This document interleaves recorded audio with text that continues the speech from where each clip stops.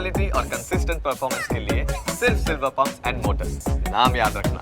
तो सूरतમાં વધુ એક બોગસ સ્કૂલનો પર્દાફાશ થયો છે। તો ઊન વિસ્તારમાં મદ્રેસામાં ચાલતી હતી આ બોગસ સ્કૂલ। મદ્રેસાની બિલ્ડિંગમાં આદર્શ પ્રી સ્કૂલ ચાલતી હતી। બિલ્ડિંગના નાના ઓરડામાં નીચે સ્કૂલ અને ઉપર મદ્રેસા હતું। સ્કૂલમાં વિદ્યાર્થીઓને એસએસકે સ્કૂલના એલસી અપાતા હતા। આદર્શ પ્રી સ્કૂલના સંચાલકો એસએસકે સ્કૂલ પાસેથી 1500માં એલસી મેળવતા હતા। तो एसएसके स्कूल विरुद्ध एक मास अगाऊ जिला शिक्षण अधिकारी ने फरियाद मળી હતી। स्कूलनी मान्यता रद्द करवा 5 सभ्योनी कमिटी बनावाई હતી। बिल्डिंगना ત્રીજા માળનો उपयोग धंधाकीय हेतु माटे थतो હતો। विद्यार्थीओनी सुरक्षाने लईने पण अनेक सवालो અહીં ઊભા થયા છે।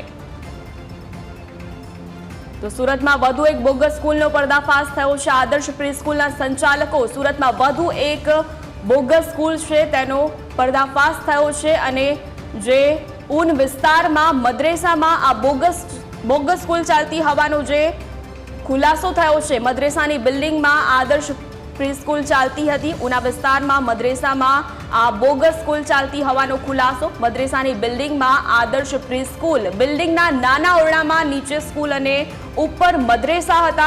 स्कूलमां विद्यार्थीओने एसएसके स्कूलना एलसी अपाता होवानी विगत पण सामे आवी रही छे।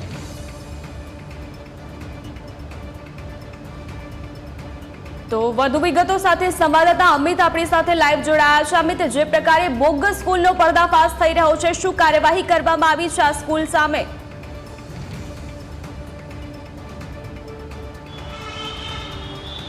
जी ચોક્કસથી આજે સુરત શહેરમાં એક પછી એક ક્યાંક બોગસ અધિકારી ઝડપાય છે તો ક્યાંક બોગસ હોસ્પિટલ સામે આવે છે ને હવે તો બોગસ સ્કૂલ છે તે સામે આવી છે। ઊન વિસ્તારની આ ઘટના છે કે જ્યાં આજે પ્રી સ્કૂલની આડમાં એક પ્રાથમિક શિક્ષણ આપતી એક બોગસ શાળા છે તે સામે આવી છે।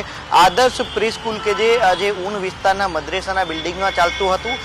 ગ્રાઉન્ડ ફ્લોર પર આ પ્રી સ્કૂલ ચાલતી હતી। પ્રથમ માળ પર મદ્રેસા હતું અને થર્ડ ફ્લોર ધંધાકીય હેતુથી જે પરપ્રાંતિયોને ઉપયોગ માટે આપવામાં આવ્યો હતો। જો કે આ પ્રી સ્કૂલની ફરિયાદ છે તે જિલ્લા શિક્ષણ અધિકારીને મળી હતી અને ત્યારબાદ તપાસના આદેશ આપવામાં આવ્યા હતા।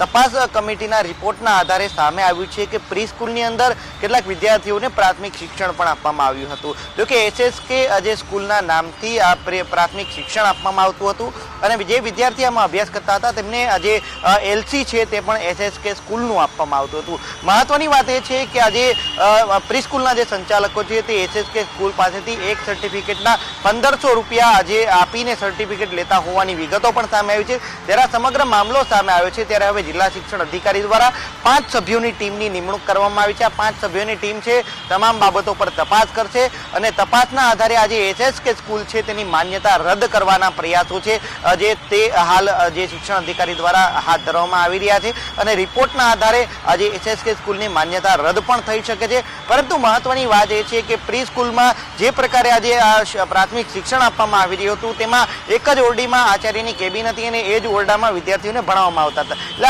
આટલી નાની જગ્યામાં કઈ રીતે શાળા ચાલતી હતી, અત્યાર સુધી શિક્ષણ વિભાગના ધ્યાને આ શાળા કેમ ન આવી તે પણ એક તપાસનો વિષય છે। સુરતમાં આ પ્રકારની કેટલી શાળાઓ ચાલી રહી છે તે બાબતનો સર્વે થશે કે નહીં તે પણ તપાસનો વિષય છે। પરંતુ હાલ જે આ એક શાળાની જે વાત સામે આવી છે, બોગસ શાળા સામે આવી છે, તેને લઈને જિલ્લા શિક્ષણ અધિકારી દ્વારા તપાસના આદેશો અપાયા છે। જી અમિત, જાણકારી માટે આભાર આપનો।